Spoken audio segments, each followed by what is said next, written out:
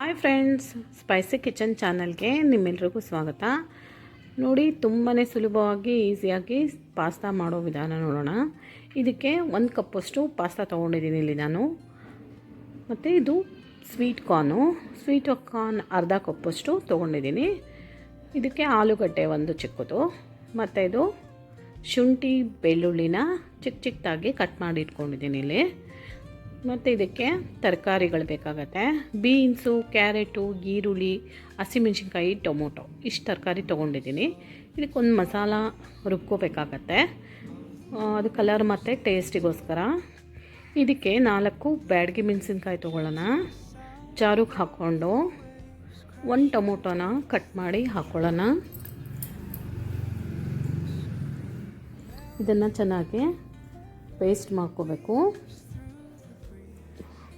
Paste ಮಾಡ್ಕೊಂಡು ತೊಗೊಂಬಂದಿದ್ದೀನಿ ನೋಡಿ, ಇಲ್ಲಿ ಈ ಥರ ಪೇಸ್ಟ್ ಮಾಡಿದ್ದೀನಿ.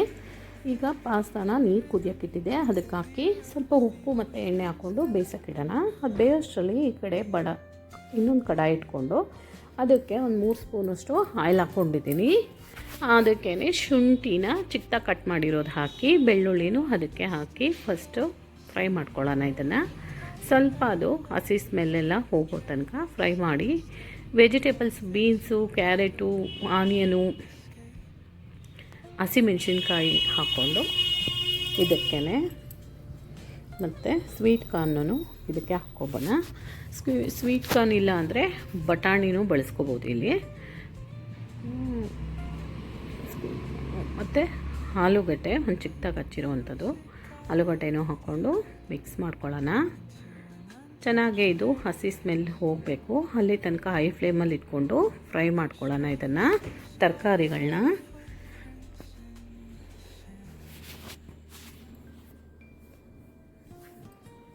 ಸ್ವಲ್ಪ ಅದು ಕ್ರಿಸ್ಪ್ ಆಗೋವರೆಗೂ ತರಕಾರಿ ಫ್ರೈ ಮಾಡೋಣ.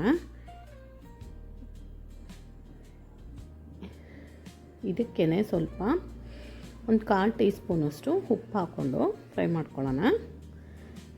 ಚೆನ್ನಾಗಿದ್ದು ಫ್ರೈ ಆದಮೇಲೆ ಇದಕ್ಕೆ ಚಿಕ್ಕದಾಗಿ ಹಚ್ಚಿರೋವಂಥ 1 ಟೊಮೊಟೊನೂ ಹಾಕೋತಾ ಇದ್ದೀನಿ. ಟೊಮೊಟೊ ಹಾಕಿ ಈ ರುಬ್ಕೊಂಡಿದ್ವಲ್ಲ ಬ್ಯಾಡಗಿ ಮೆಣಸಿನ್ಕಾಯಿ ಮತ್ತು ಟೊಮೊಟೊ, ಆ ಪೇಸ್ಟನ್ನು ಇದಕ್ಕೇ ಸೇರಿಸ್ಕೊಳ್ಳೋಣ. ಸೇರಿಸ್ಕೊಂಡು ಮತ್ತೆ ಇದು ಹಸಿ ಸ್ಮೆಲ್ ಹೋಗೋ ತನಕ ಫ್ರೈ ಮಾಡಿಕೊಂಡು ಒಂದು 2-3 ಸೆಕೆಂಡು ಮುಚ್ಚಿಡೋಣ. ಚೆನ್ನಾಗಿ ತರಕಾರಿಯ ಮಸಾಲೆ ಜೊತೆ ಬೆಂದು ಸಾಫ್ಟ್ ಆಗಿದೆ. ಈ ಟೈಮಲ್ಲಿ ಇದಕ್ಕೆ ಒಂದು ಅರ್ಧ ಕಪ್ಪಷ್ಟು ನೀರು ಹಾಕ್ಕೊಳ್ಳೋಣ. ಅದೇ ಜಾರಿಗೆ ಹಾಕ್ತಾಯಿದ್ದೀನಿ ಇಲ್ಲಿ ನಾನು. ಇದಕ್ಕೆ 1 ಸ್ಪೂನಷ್ಟು ಟೊಮೊಟೊ ಸಾಸ್ ಹಾಕ್ಕೊಳ್ಳೋಣ. ಇದಕ್ಕೇ ಮತ್ತು ಆರಿಗ್ಯಾನೋ, ಇದು ಮತ್ತು ಪಾಸ್ತಾ ಮತ್ತು ಪಿಜ್ಜಾಗೆಲ್ಲ ಯೂಸ್ ಮಾಡ್ತಾರೆ ಆರಿಗ್ಯಾನೋ. ಇದನ್ನು ಹಾಕಿದ್ರೆ ಟೇಸ್ಟು ತುಂಬಾ ಚೆನ್ನಾಗಿ ಬರುತ್ತೆ. ಚಿಲ್ಲಿ ಫ್ಲೇಕ್ಸನ್ನು ಹಾಕೋಬೋದು. ನಾವು ಮಿಕ್ಸಿಲಿ ಹಾಕೋದ್ರಿಂದ ಆರಿಗ್ಯಾನೋ ಒಂದೇ ಹಾಕ್ತಾಯಿದ್ದೀನಿ ಇಲ್ಲಿ. ಇದ್ದರೆ ಹಾಕ್ಬೋದು, ಇಲ್ಲಾಂದರೆ ಸ್ಕಿಪ್ ಮಾಡ್ಕೋಬೋದು. ಅದನ್ನು ಹಾಕಿ ಮತ್ತು ಚಿಲ್ಲಿ ಸಾಸ್ನು 1 ಸ್ಪೂನಷ್ಟು ಹಾಕೋತಾ ಇದ್ದೀನಿ.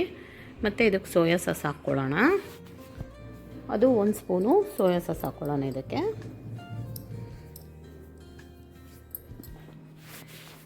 ಹಾಕ್ಕೊಂಡು ಎಲ್ಲನೂ ಚೆನ್ನಾಗಿ ಮಿಕ್ಸ್ ಮಾಡ್ಕೋಬೇಕು. ಇದನ್ನು ಮಿಕ್ಸ್ ಮಾಡ್ಕೊಂಡು ಆದಮೇಲೆ ಪಾಸ್ತಾ ಆ ಕಡೆ ಬೇಯ್ತಾ ಇದೆ. ಬೆಂದಿರೋವಂಥ ಪಾಸ್ತಾನ ಇದಕ್ಕೆ ಚೆನ್ನಾಗಿ ಮಿಕ್ಸ್ ಮಾಡ್ಕೋಬೇಕು.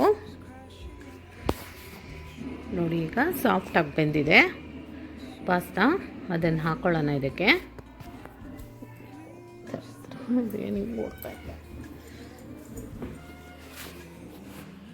ಈ ಪಾಸ್ತಾನ ಇದಕ್ಕೆ ಸೇರಿಸ್ಕೊಳ್ಳೋಣ. ಸೇರಿಸ್ಕೊಂಡು ಚೆನ್ನಾಗಿ ಇದನ್ನು ಮಿಕ್ಸ್ ಮಾಡ್ಕೋಬೇಕು. ನೋಡಿ, ಈ ಥರ ಫ್ರೈ ಮಾಡ್ಕೊಳ್ಳೋಣ ಪಾಸ್ತಾನ. ಚೆನ್ನಾಗಿ ಹೈ ಫ್ಲೇಮ್ ಇಟ್ಕೊಂಡು ಉಪ್ಪು ಖಾರ ಎಲ್ಲ ಹಿಡಿಯುತ್ತೆ ಇದಕ್ಕೆ. ಈ ಥರ ಫ್ರೈ ಮಾಡಿ ಮಿಕ್ಸ್ ಮಾಡೋದ್ರಿಂದ ಚೆನ್ನಾಗಿ ಮಿಕ್ಸ್ ಮಾಡ್ಕೊಳ್ಳೋಣ. ಹೊರಗಡೆಯಿಂದ ಅನ್ಹೆಲ್ದಿ ಪಾಸ್ತಾ ತಿನ್ನೋದಕ್ಕಿಂತ ಮನೇಲೇ ಹೆಲ್ದಿಯಾಗಿ ಸುಲಭವಾಗಿ ಮಾಡ್ಕೋಬೋದು ಈ ಪಾಸ್ತಾನ. ಈ ಥರ ಮನೇಲಿರೋವಂಥ ವೆಜಿಟೇಬಲ್ಸ್ನೇ ಬಳಸ್ಕೊಂಡು ಮಾಡ್ಬೋದು. ಇದನ್ನು ಮುಚ್ಚಿ ಸುಮಾರು ಒಂದು 5 ನಿಮಿಷಗಳ ಕಾಲ ಬೇಯಿಸ್ಕೊಳ್ಳೋಣ. ಈ ಥರ ಬೇಯಿಸೋದ್ರಿಂದ ನಾವು ಹಾಕಿರೋ ಮಸಾಲೆ, ತರಕಾರಿ, ಫ್ಲೇವರ್ಸು ಎಲ್ಲ ಪಾಸ್ತಾಗೆ ಹಿಡಿಯುತ್ತೆ, ಚೆನ್ನಾಗಿ ಹಿಡಿಯುತ್ತೆ. ನೋಡಿ ಎಷ್ಟು ಚೆನ್ನಾಗಿ ರೆಡಿಯಾಗಿದೆ ಪಾಸ್ತಾ. ಇದನ್ನು ಇನ್ನೂ ತೆಳುವಾಗೂ ಮಾಡ್ಕೋಬೋದು, ಇಲ್ಲ ಗಟ್ಟಿಯಾಗಿ ಡ್ರೈ ಥರನೂ ಮಾಡ್ಕೋಬೋದು. ನಾನಿಲ್ಲಿ ಸೆಮಿ ಗ್ರೇವಿ ಥರ ಮಾಡಿದ್ದೀನಿ.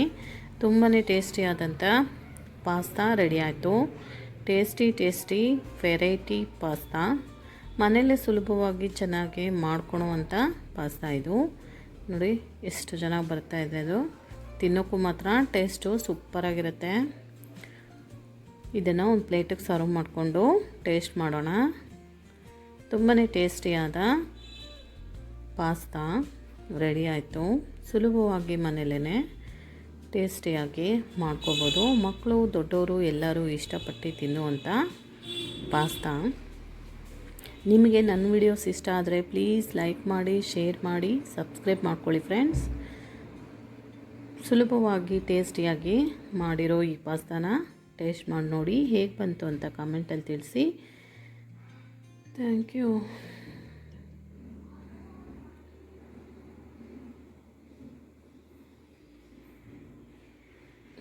ಟೇಸ್ಟಿಯಾದ ಪಾಸ್ತಾ ಸರ್ವ್ ಮಾಡಿದ್ದೀನಿ.